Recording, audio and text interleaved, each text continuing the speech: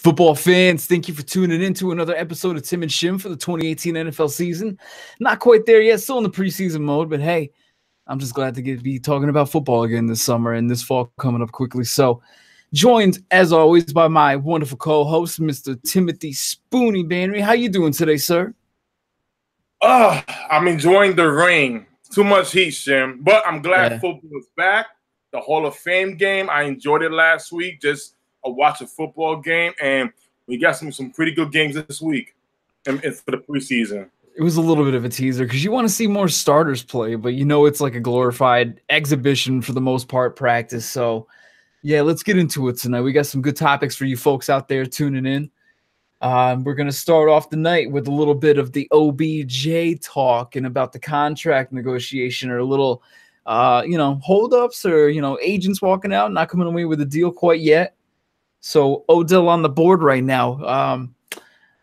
My thoughts right off the bat is just I saw the segment, this morning with First Take and Stephen A. talking about how he doesn't believe Odell should be paid more than Antonio Brown. Now, that's a fine assumption, Tim. That's fine to have that opinion. But the mere fact with how the salary cap is working with the NFL, and especially when new players are getting those renegotiated contracts or big-time extensions for the first time off of their rookie contracts, they don't necessarily get paid based off all the time, based off their stats.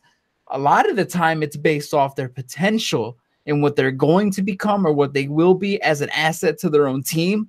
And then sometimes you have these quarterbacks that get these big time contracts, and you're like, wait a minute, this guy is not anywhere near, Aaron Rodgers level. It's people like, Matt Ryan or Matthew Stafford walking away with these big time contracts, getting more, annually than these quarterbacks. And then, it's just a matter of the fact it's not that they're per se earning what they should, I guess. It's basically that they're just kind of like resetting the market based on the increase in calorie cap, or the salary cap, I should say. So that's where my mindset is. Now, if Antonio Brown is making about $17 million a year, I guess you could agree or disagree that Odell shouldn't earn more than the $17 million because maybe he's not better than Antonio Brown. Some may think he is, or his potential will be better. In my opinion, though, I think you do have to meet near that market standard, and I'm not sure how much of a validity it is with the reports coming out like John Mara or Steve Tishangain are trying to market Odell around Sammy Watkins' value, which is around the $16 million mark. Now, I can understand, Kansas City overpaid quite a bit for Sammy Watkins. Let's be real, earning $1 million less than the best receiver in the game.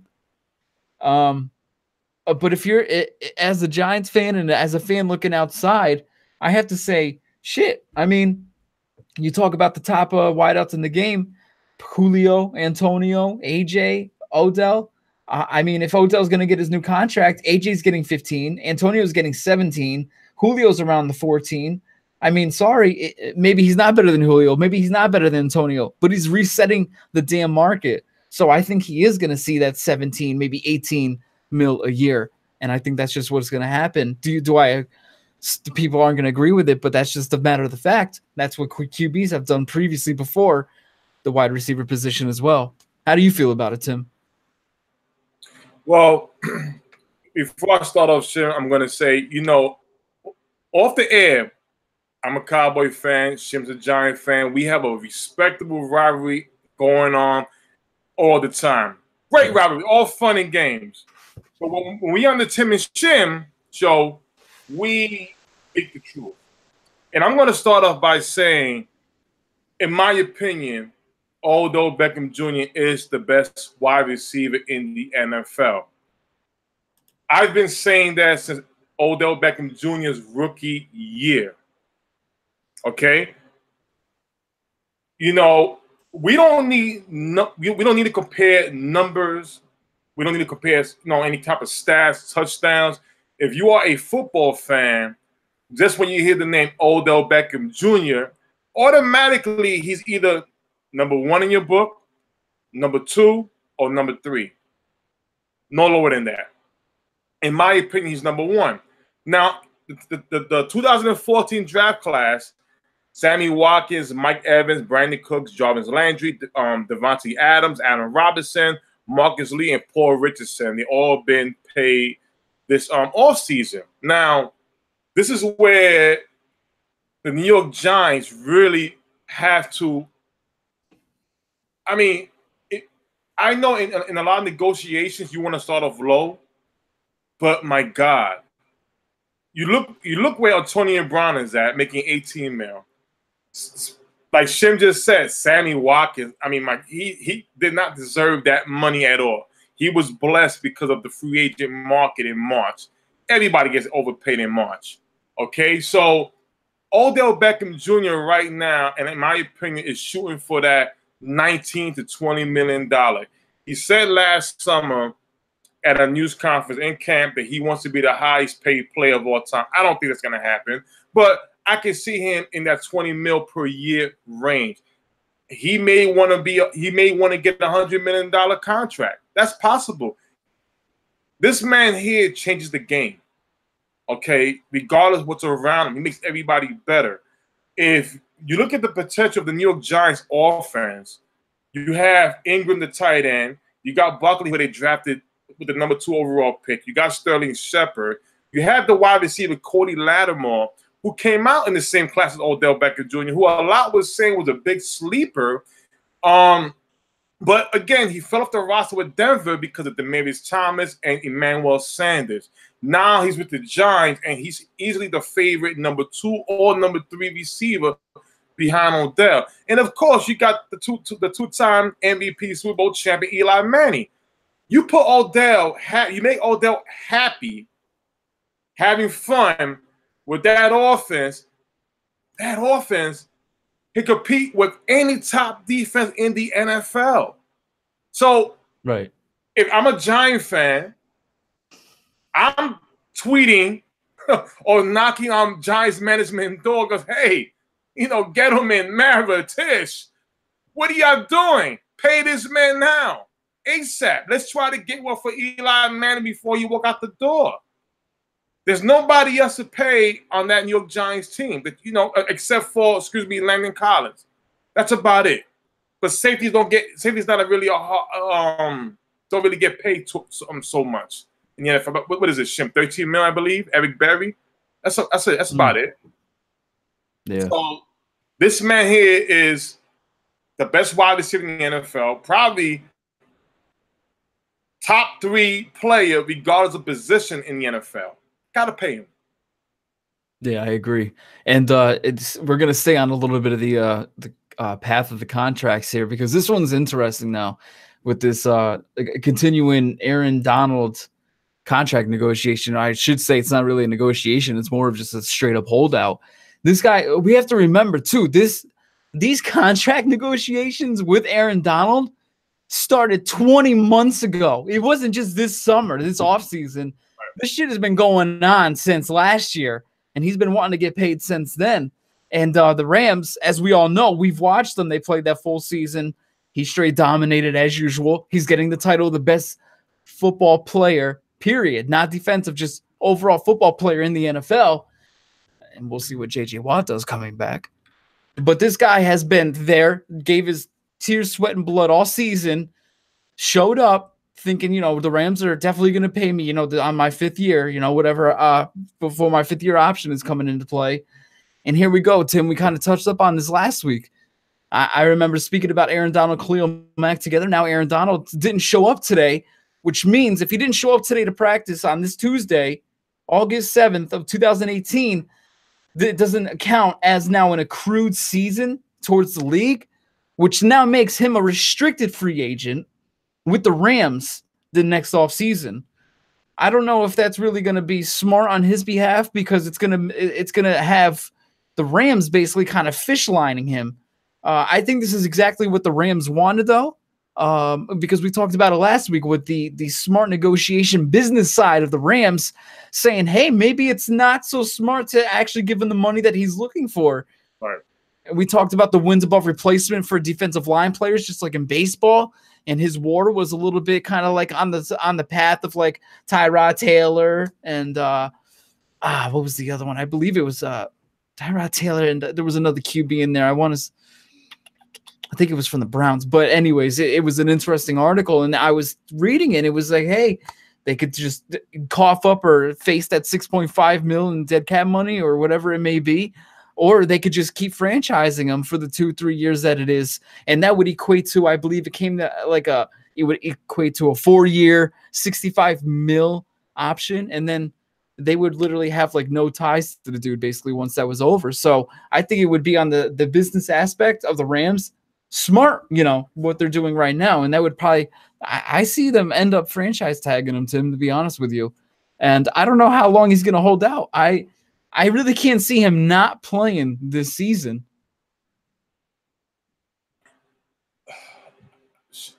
I'm going to say this, Shim.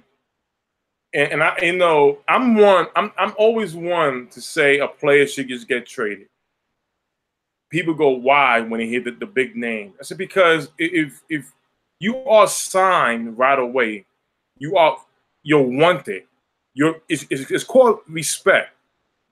Now, there was reports saying that Aaron Donald was supposed to have been re-signed before camp start. We've seen Todd Gurley get signed.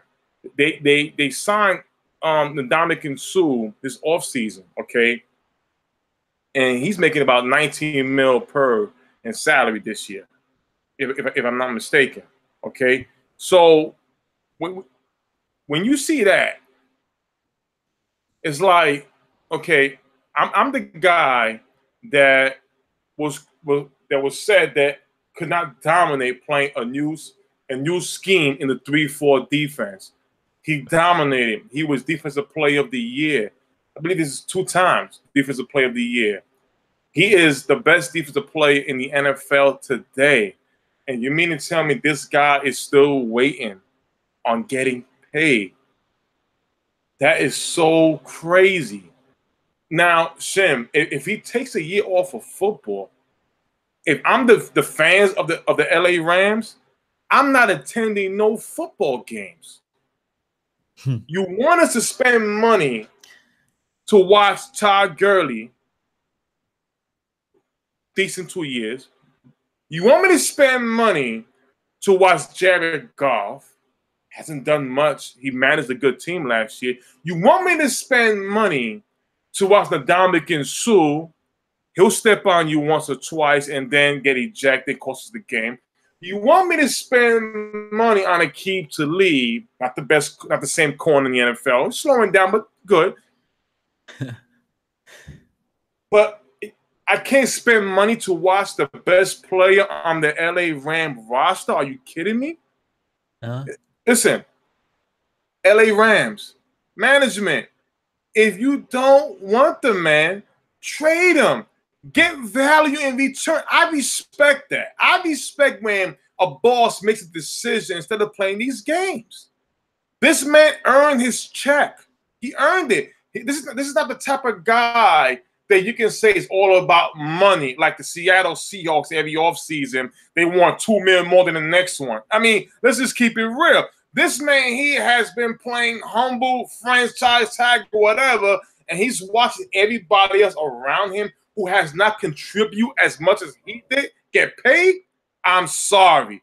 If I'm Aaron Donald, Shim, I will hold out the whole season, get my body right for the new team next year. And trust and believe teams will line up throwing a first-round pick and some $20 million a year for this guy like Aaron Donald. Trust and believe. I can understand your point with the fans, but at the same time, I'm trying to imagine myself if I was a Rams fan. I'm sure even management is kind of has this in the back of their heads.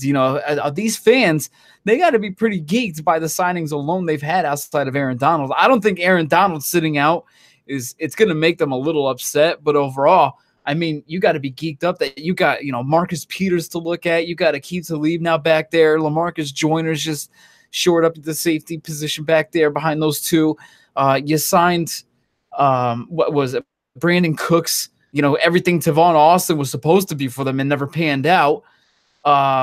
It's just a lot to actually look forward to over there. And I'm not sure that's really going to be too much. And Ndamukong Suh, I even forgot about. They had a lot of splashes in the offseason. So that part is the one I'm going to disagree with you on. I think the fans have way too much in LA to look forward to that they're going to cry at night over Donald. Although the fans will agree with you, Tim. Absolutely. Pay the damn man.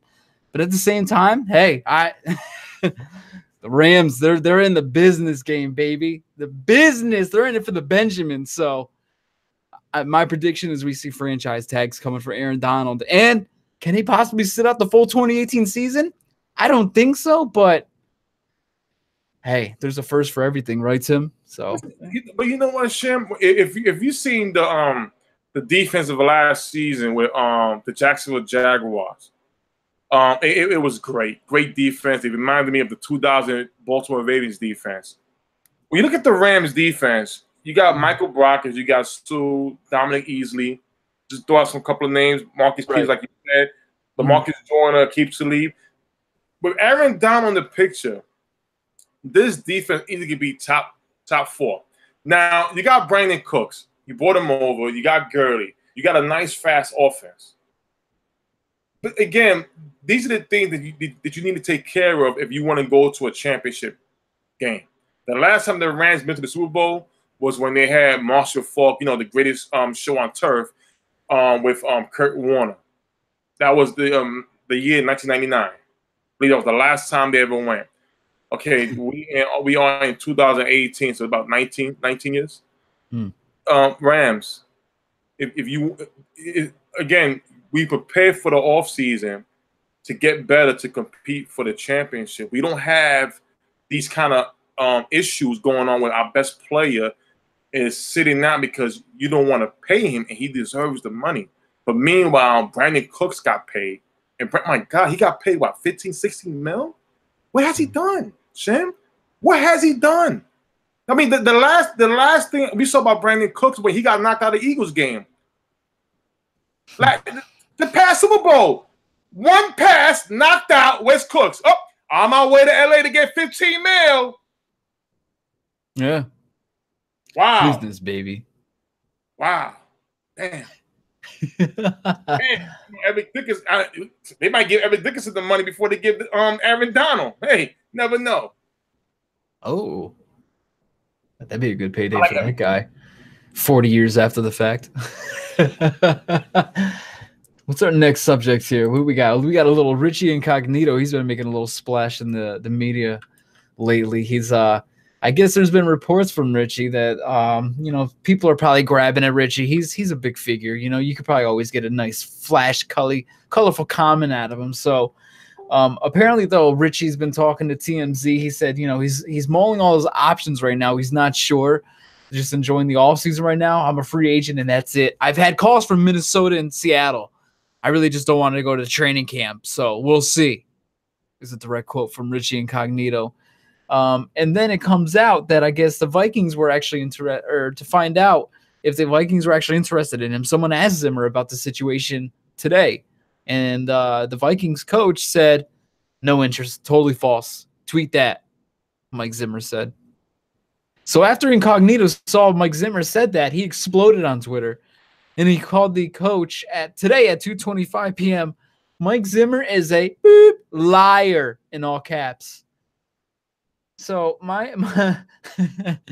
there's just so much to pick away from this, Tim. Like, in my opinion, I do feel that Richie Incognito can still play the game. He's a crazy son of a bitch, but my guy, can he block well at the guard position? He's built for the guard position. He's just that big body dude that's hard to budge and great for the run and pass protection.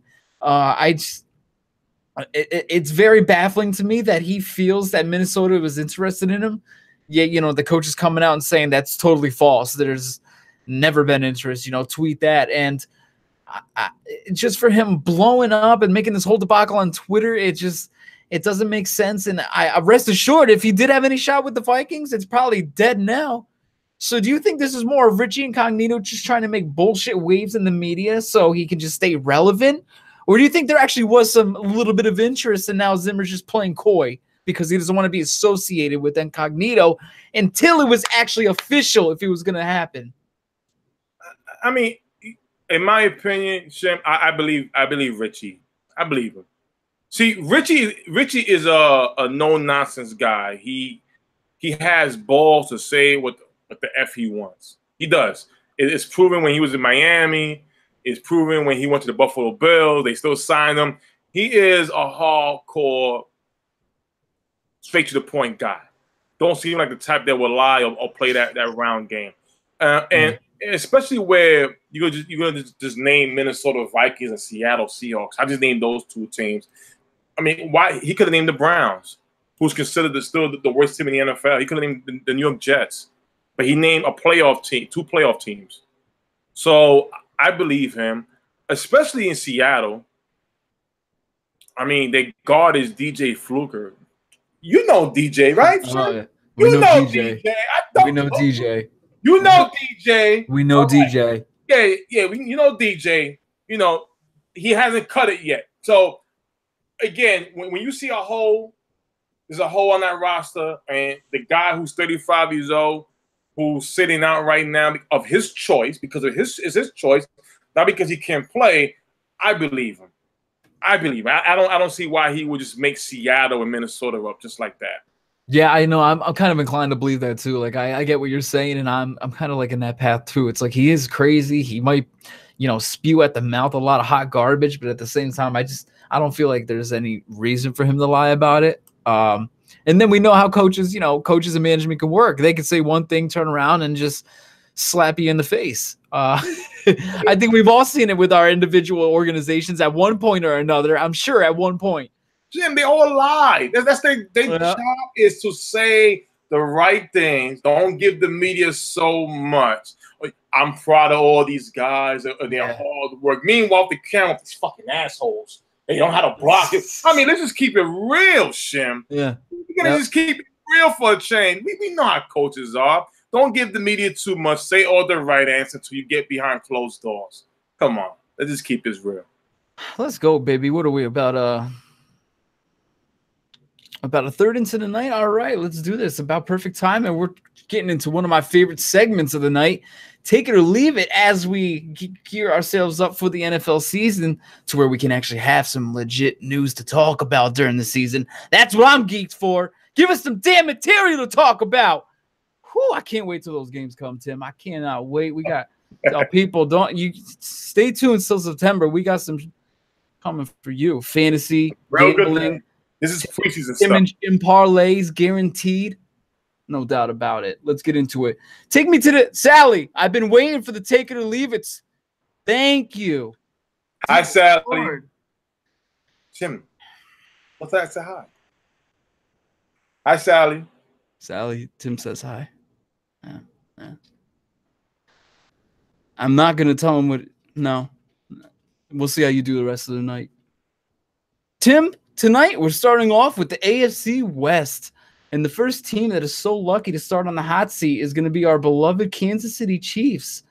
And our first question, can someone get Bobby Z up in here? Our first question of the night, or should I say statement, Patrick Mahomes will have 24 passing touchdowns this season.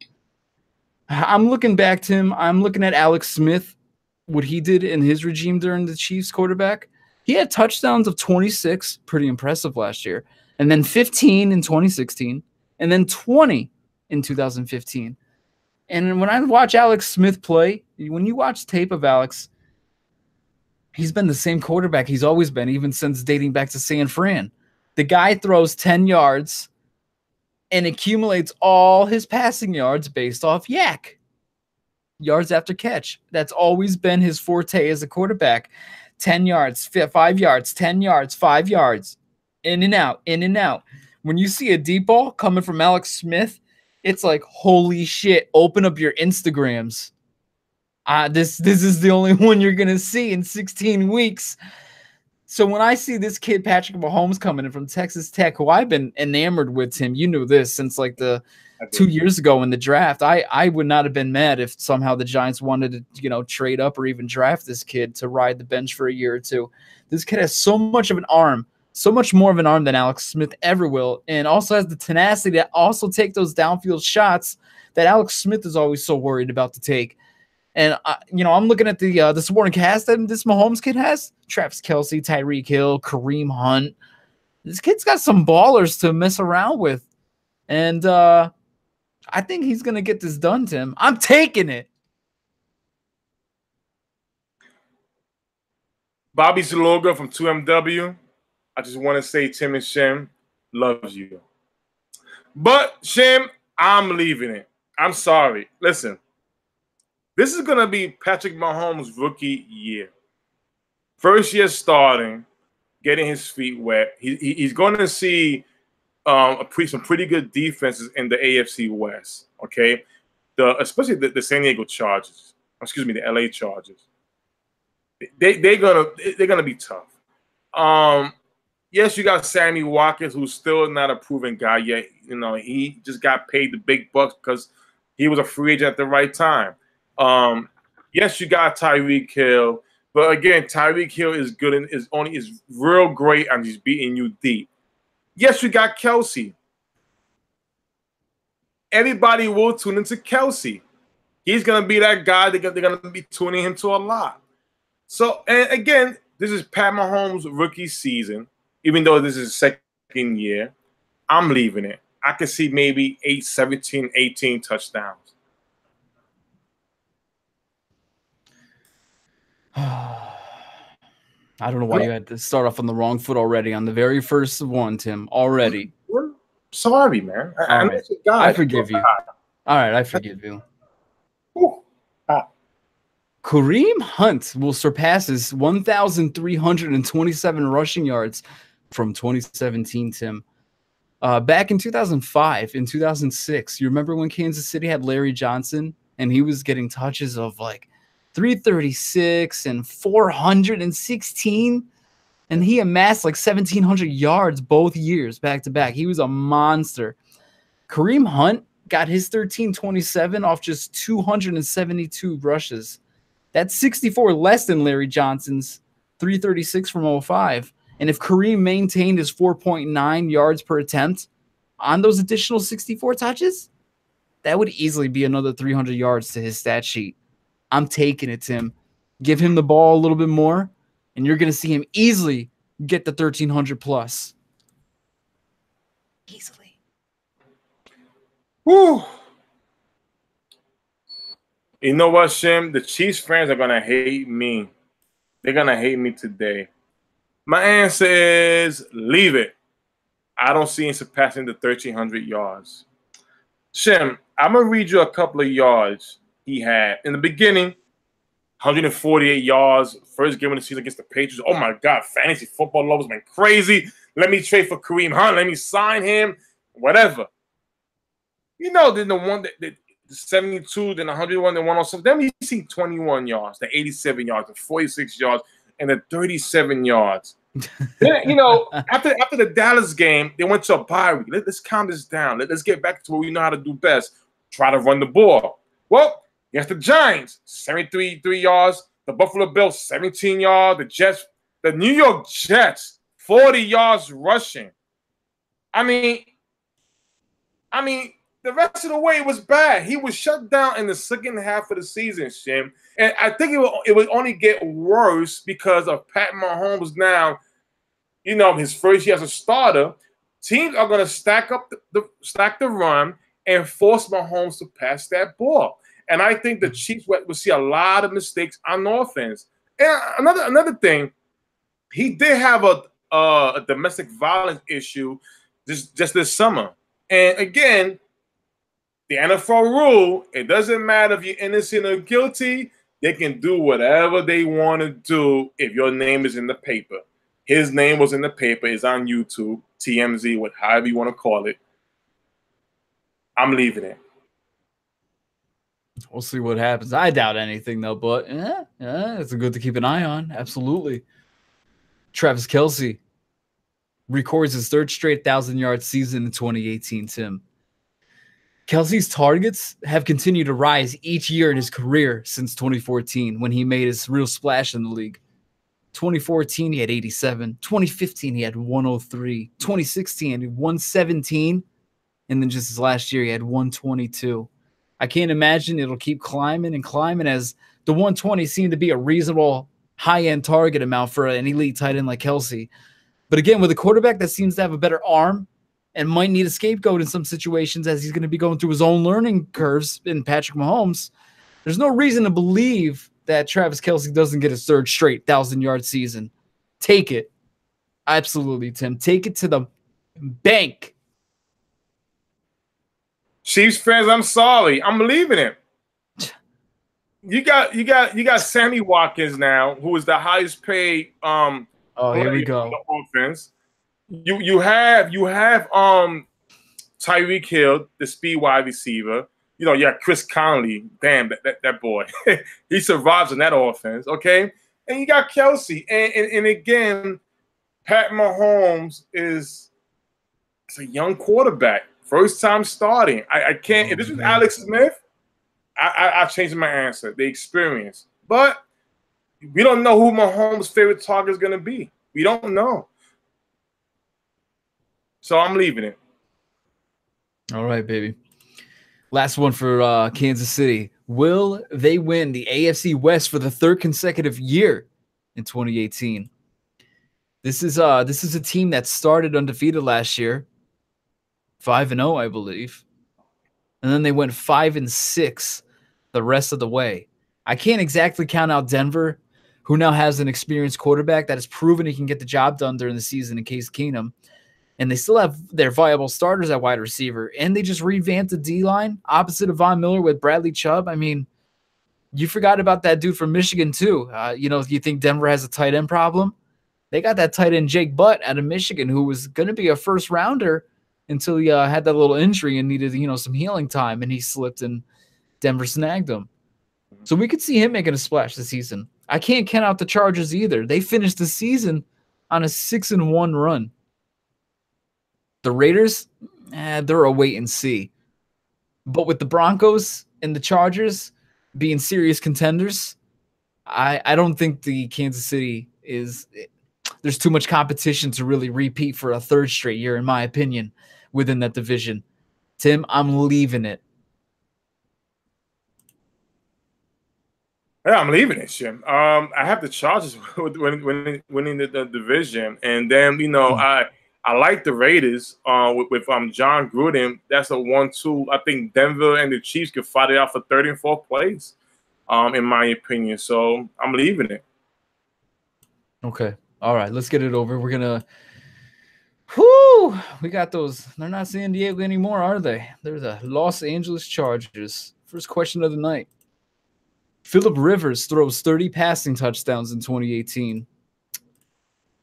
Rivers has not had a good defensive support cast in terms of points allowed, Tim. Those came early in his career, like at around 2006, 2007, when he had those great teams going like 12-4, 14-2. That's when the Chargers were like 7th and 5th in points allowed for their defense.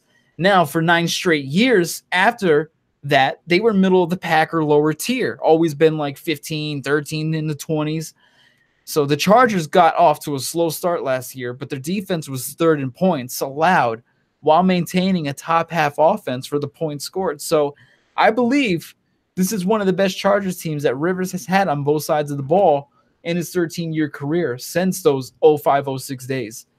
I absolutely see him getting back to that 31-32 touchdown window that we're used to seeing him in. I'm taking it for Phillip Rivers. Shim, without a doubt. Listen, I'm taking it. 2013, he had 32. 2014, he had 31. 2015, he had 29. The last 2 years, 33 and then 28. He's always been around that 30 touchdown mark. Now you have a guy named Mike Williams, the 6'5" receiver that didn't play all last season, with Keenan Allen, with Tyrell Williams, with Travis Benjamin. Okay, you have the tight end Hunter. He's gonna come on very good, and he still maybe sign a favorite tight end back onto that team. Why wouldn't he have 30+ touchdowns?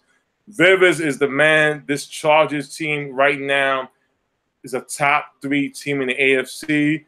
I think he's going to have a great offensive year. Taking it. Yep, absolutely I agree. think get 40. Yeah, 35. It's possible. Absolutely. Yes.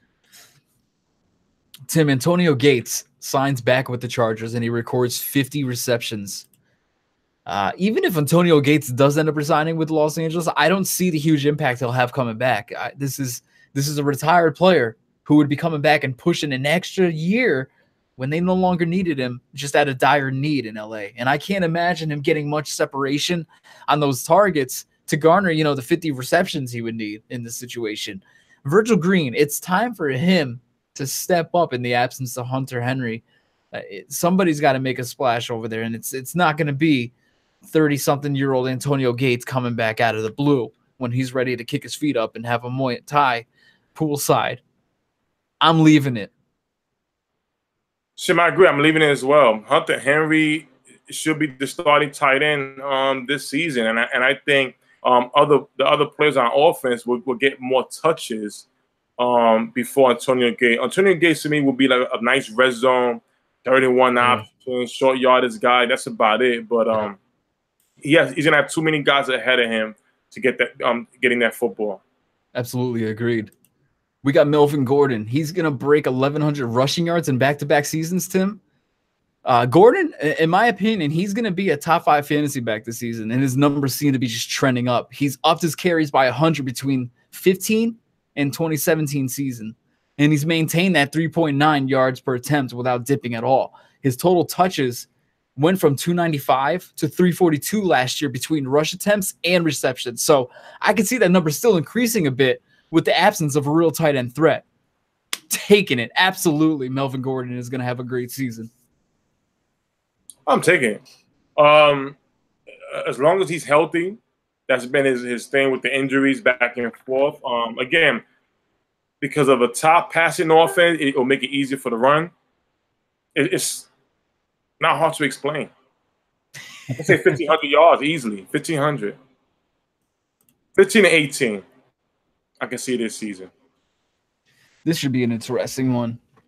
The Chargers have the best secondary in the AFC. Take it or leave it. The Chargers actually just had a big loss with Jason Verrett. That really hurt their depth in LA. I have to give that title to the Jaguars in the AFC. The best cornerback tandem in the league, led by Jalen Ramsey and AJ Boye. They're also reaping the benefits of playing behind that monstrous defensive line that has Kalai Campbell, Yannick Ngakoue, Malik Jackson. I mean, the pressure of the D-line, we always talk about it. That pressure on the D-line is always going to up the play of your cornerbacks. And these are two corners you don't have to give a boost to. And you're already giving the best tandem in the league an extra little boost. So I can't give the Chargers that title yet. It belongs to Jacksonville. So, Tim, I'm leaving it. Shim, I agree with you. I'm leaving it as well. I think the Jacksonville Jaguars do have the best secondary in the NFL. My guy who they lost big was Trey Boston. He led the secondary with 8 interceptions, and he just got picked up by the Arizona Cardinals. So don't get me wrong. They drafted safety Derwin James, who is having an awesome camp, but he has not played NFL games yet. Right. So I'm gonna give the title to Jacksonville. I also think they're not even. I think the Jets secondary, the Miami Dolphins secondary, they're actually a little bit better right now. Where they at over the Chargers secondary. So okay, we got to see. Breaking into the next team up here. Let me just slide up here so we can cross out them Chargers. What-a! We're on to the Raiders, baby. What is up in Oakland? Give me that first question, Sally. What do we got here? John Gruden. John Gruden will lead the Raiders back to a playoff berth in 2018. This is Gruden's first year coaching back with the Raiders since 2001. It's his first time coaching overall since 2008. Gruden is a great offensive coach, and he proved that in the early 2000s, Tim, with Oakland, when they were a top offense in points from 99 to 02. Had a great run with them. All Gruden needs is a franchise quarterback, which he has with Derek Carr, and a wide receiver tandem to work with, which he has with Nelson, Bryant, and Cooper, and a viable running back, which I believe he can have with Lynch and Martin, to turn around this 8-8 Oakland team into real contenders. Currently, I don't think the Raiders have that defensive fortitude to keep up with the rest of their division, though. That's what worries me, and that'll lead to more shootouts this season, a la another 500 record coming up this season, in my opinion. So, Tim, I'm leaving this. Got to give Gruden another year or two, possibly. Shim, I'm taking it. Okay, all right. I'm gonna take this. Explain this real quick. If you look at the AFC, of course, you're gonna have your division winners, right? We have the East. We're gonna pick the Patriots. Okay. West, we got the Chargers. For the North, I got Baltimore. That's three spots. For the South, I'm gonna give it to Houston. That's 4. Now we're gonna have 2 wild card spots. I believe the Raiders can have either the 5 or the 6, and the second wild card spot is gonna either come from the North or the South.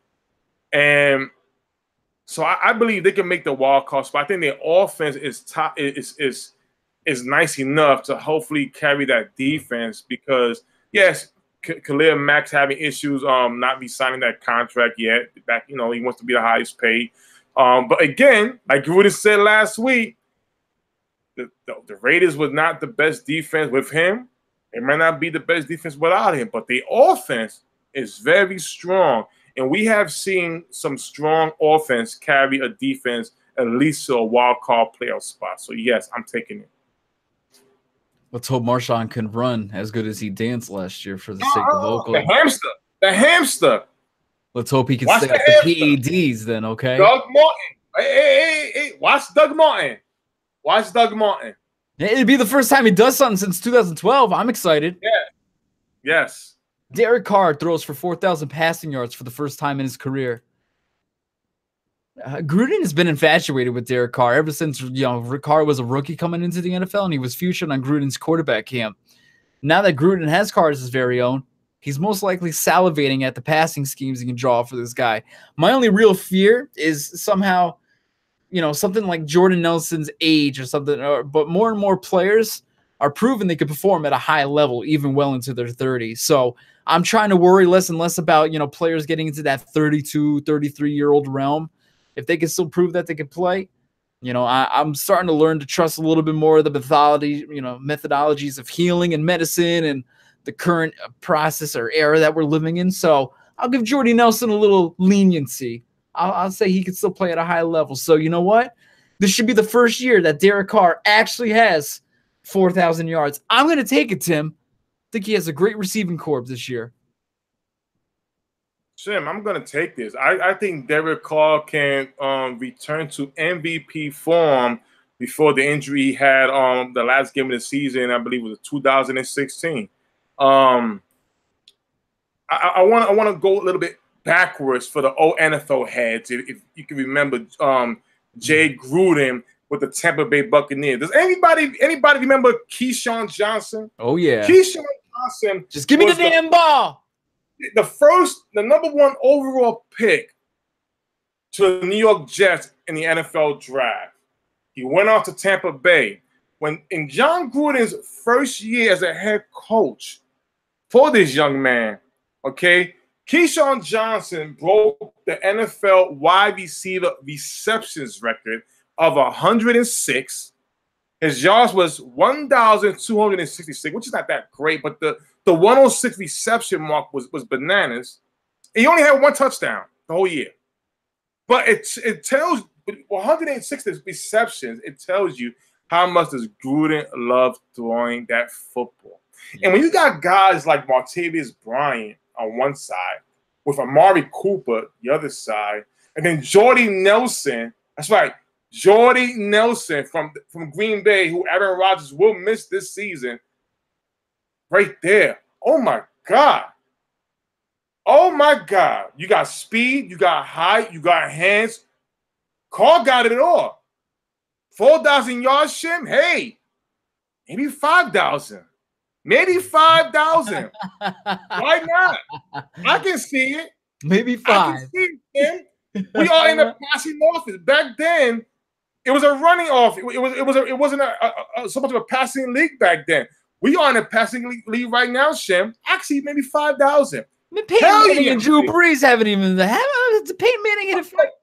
Because you know what? Drew Brees' arm at 45 is not so much. Okay, his shoulders is coming out. David Carr's a young man, 23 years old. Okay, he did. I thought he reached that mark, 54-77 in 2013, and Brees is the only quarterback to actually reach it twice. Or more than once. He's done it actually 5 times. It's just been a while. Yeah, it's actually surprising. It's been such a passing league, but we haven't had that in quite a bit. Let me see. When was Drew Brees' last 5,000? Was it 20? Oh, he did have one in 2016. Damn, that was a quiet year for them. 2016. Forgot all about that for Druzy. Wow. Seriously. All those weapons you got. And you know, listen. I'm holding you to it, though, Tim. I'm going to revive this. If Derek Carr has like 3,500, I'm coming to your house and I'm just punching you in your kneecap. Hey, Carr. Carr. You remember those little voodoo dolls you be sticking on people in the group? Hey. Go to Tim's house. Eat everything in his cupboards. Shit in his Cracker Jacks. Where my big spoon at? Get out of here. Get out of here. What do we got next, Sally? Oh, we got weird. Speak of the devil, Jordy Nelson. Is he going to have 150 receiving yards in his first year as a Raider, Tim? Well, Jordy didn't have a fantastic 2017 campaign, but that's also in large part due to Rodgers. He went down in week 6 with that collarbone injury in Minnesota. But through those 6 games, Jordy had 290 receiving yards. He didn't record a stat in week 2, unfortunately. But weeks 7 through 15 after that, Jordy had a total of 192 receiving yards. Yes, 192 in weeks 7, 8, 9, 10, 11, 12, 13, 14, 15. All those weeks, he had 192 yards total. Even if Jordy averages somehow the same 290 with Derek Carr through 5 weeks, you just need to be a simple mathematician. Just triple that pace to round it out of an estimate of 15 weeks. 290 times 3, you're coming up with 870. And I really don't think Nelson is going to underperform that bad through 6 weeks to just have 290. So I easily see him getting over this 850 thresh mark, Tim, this season for Jordy Nelson. I'm absolutely taking it if Carr remains healthy. Take it. I'm taking this, Jim. Listen, this is Jordy. Jordy. This is Jordy Nelson. Listen, he's been great. He's not the best receiver, but he's everything you want. He's everything a quarterback will want in their receivers. Fast, big guy. He's been top 10 for a couple of years. We saw the emotions from Aaron Rodgers when it was asked. The media asked him. He just threw an attitude right back at them, like, he put it this way: in Aaron Rodgers' contract right now, he wants a little bit more say-so about personnel. So that tells you how much he loves Jordy Nelson. 850, I take that. Marty could get his 1,200 yards or whatever. That was his man's, yep. Yeah, I'm sorry. Easily. Got the last one here for the Raiders, and it's about Oakland in general. Will Oakland win 4.5 games on the road in 2018? Let's look at their schedule real quick. At Denver, week 2. At Miami, the week after. At Chargers, week 5. At San Fran in week 9. At the Cardinals in week 11. At the Ravens in 12. At the Bengals in 15. And at the Chiefs at the last week of the season. In my opinion, looking this over real quick, Tim, they'll lose at Denver. They can win at Miami. I think they're going to lose at Chargers place and the 49ers place. I think they could sneak one off in Arizona. They will lose in Baltimore. They will take one in Cincy. And Kansas City should be tough in Arrowhead, though. So, what is that? A minimum of 4 wins that I just counted? So, no, I don't give Oakland the over on this at all. And looking back last year for Oakland, what do they have? 2 road wins? So 4, they're actually doubling it in my leave it here, which is pretty impressive. Wow. Woo, Shim. Leaving it, Tim. Wow. Well, Shim, the first game of the season, they're playing against the Rams in LA. I'm going to give them the benefit of the doubt and give them the win there, because the first game of the season is always the hardest. And we don't know if the Rams will have Aaron Donald. Maybe a loss like that will wake them up and sign Aaron Donald quickly. Okay, they're going to Denver. That's another win for me. All right, I don't like Denver's team this year. That's 2 wins. Then they play at Miami. I give them a loss right there. All right. Then they play Cleveland Browns this year. Any Raiders fans in 2MW, and if you're watching, yes, Tim is so confident in the Cleveland Browns this year. Yes, you are losing that game. You're not winning. Shh. Stop it. Take it. Okay. I still got 2 wins. At the Chargers is a loss. Seattle at home, I'll take 3. That's 3 wins right there. All right. They got a bye-bye. They played the Colts. That's 4 wins. At San Fran, San Fran might be getting better in November. It's a loss. They play the Chargers. That's a loss. At Arizona, that's a win. And I'll stop it right there. That's 5 wins. I won't predict the rest. 5 wins. All right. Wait. The rest is whatever it is. So I'll take it. Let's get it to the last segment of the night. Ladies and gents, we're moving on to Denver. And the first segment for Denver is going to be about Paxton Lynch. Will he start 4.5 games for Denver this season? I believe John Elway is enamored with Case Keenum, personally, Tim. His ability that was on display last season in Minnesota. He's a blue-collared, bring your lunch pail worker with he had 3,500 yards in the 14 games he started last season, 22 touchdowns to 7 intos. At this time, there's no reason to believe that Paxton Lynch will even sniff the field unless something catastrophic happens to the team or Keenum himself. I'm leaving it, Tim. Shim, I'm leaving it. I'm leaving it too. But see, now here's the thing.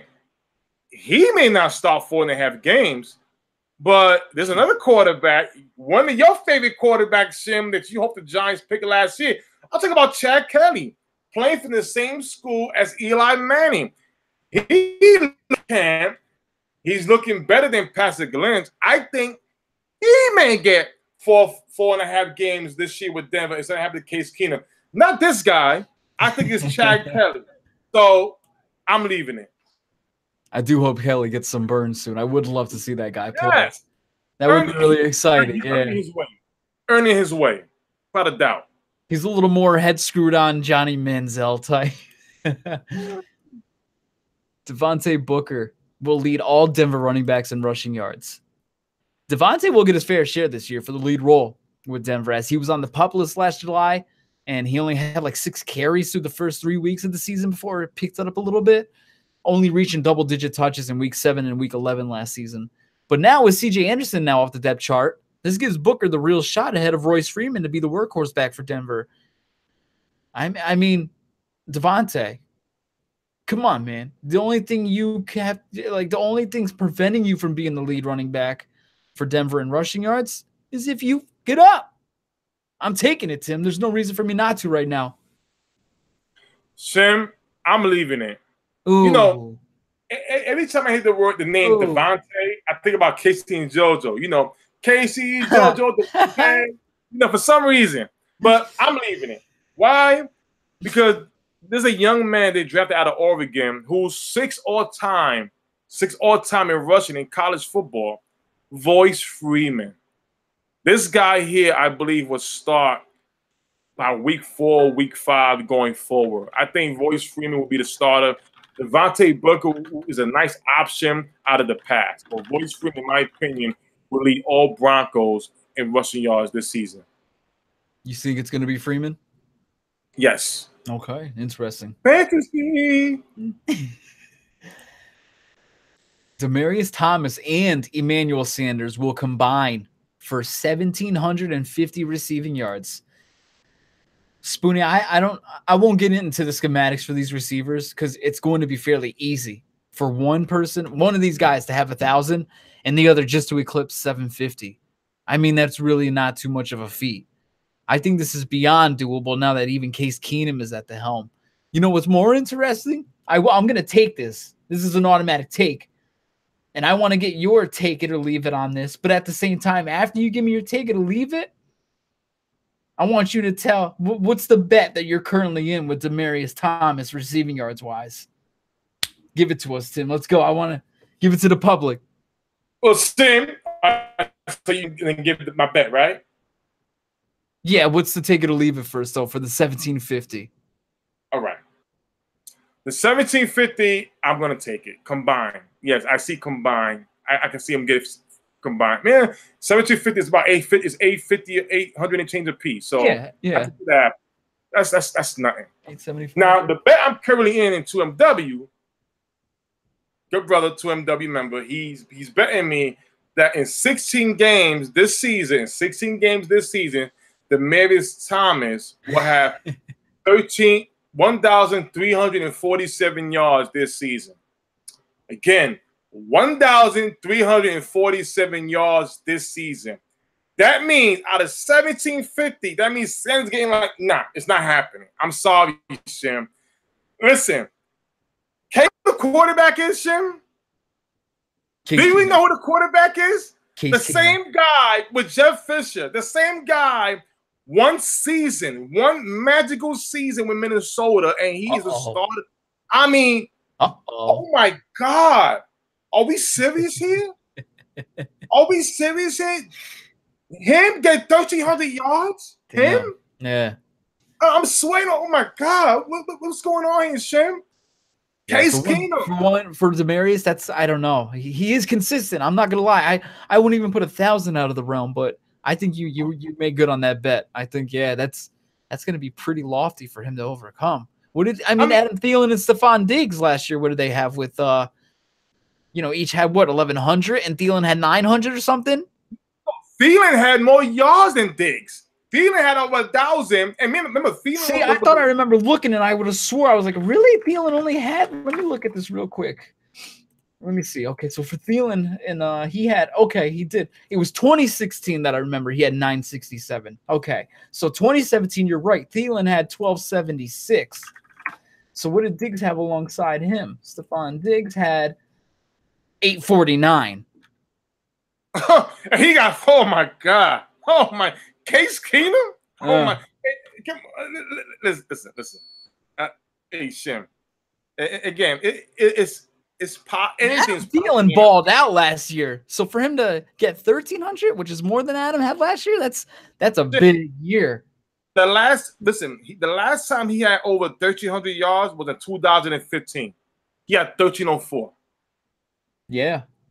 That's it. 1,304.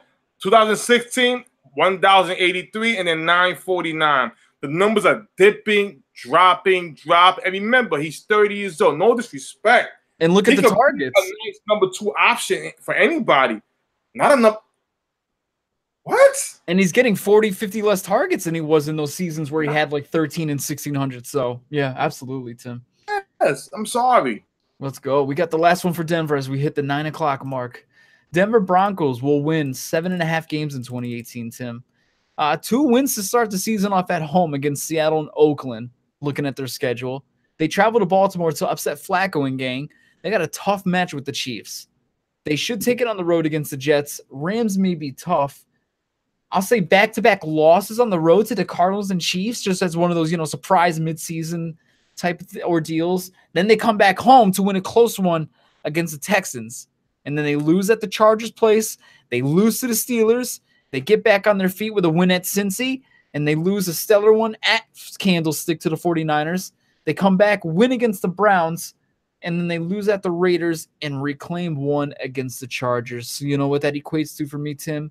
8-8 for the Broncos. I'm giving them 8-8, and that is over 7.5. So take it. Take it. I mean, Shim, I agree. I give him 8-8 myself. Listen, I said earlier, third or fourth in the AFC West division. between them and the Chiefs. 8-8 is fair. Even if they go 7-9, it's right there. Yeah, I don't think they're gonna have a good year this year. John Elway might draft another quarterback next season. I mean, Case Keenum did get a 3-year deal, so that tells you that they're not invested in him for so long. Patrick Lynch, I mean, Chad the best Kelly, baby. Listen, he looks like one of the on the block. That's about it. Other than that, I'm sorry. Denver Broncos right now is gonna have a terrible season. Gonna blow it up, have a top 5 draft pick next season, and draft another quarterback. I'm sorry. They're doomed. They lost part of their defense. All the quarterback situation to me is not that good. So it's gonna be problems for them. 8-8, 7-9. That pretty much wraps it up for us, folks. There you have it. Tim and Shim episode 3 wrapping up for us. While you're here, if you haven't already, make sure to hit that little subscribe button. You know how Tim and I get giddy. We make all these dances in our room in our underwear when we see a new subscription. So make us dance in our underwear. Thank you for tuning in, as always, to our faithful. Thank you to 2 Minute Warning. Other than that, make sure you follow us on Twitter if you haven't already.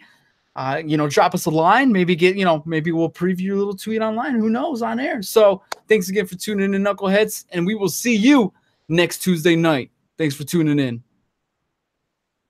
Peace.